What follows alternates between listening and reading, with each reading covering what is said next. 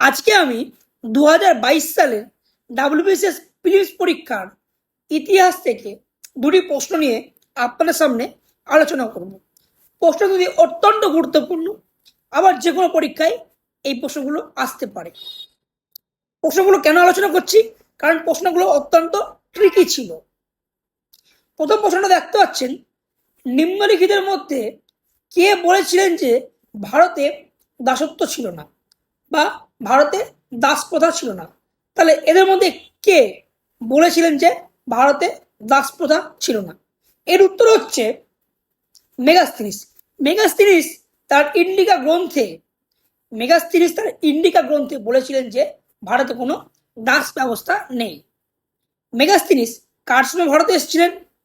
মেগাস্থিনিস চন্দ্রগুপ্ত মৌর্যের রাজত্বকালে ভারতবর্ষে এসেছিলেন।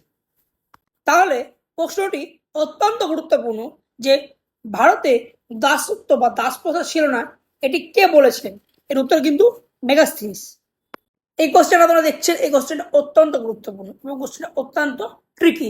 যদি বই ভালোভাবে না পড়ে তাহলে কিন্তু এই প্রশ্নের উত্তর সহজে পারবে না।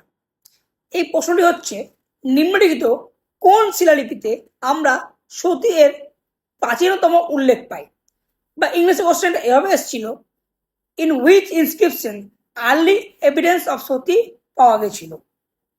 তাহলে আর্লি এভিডেন্স অফ সতী কোন ইনস্ক্রিপশনে পাওয়া গেছিল? এর উত্তর হচ্ছে এরান ইনস্ক্রিপশন বা এরান শিলালিপি। এরান শিলালিপিতে সতীর প্রাচীনতম উল্লেখ পাওয়া যায়। Thank you so much for watching my video.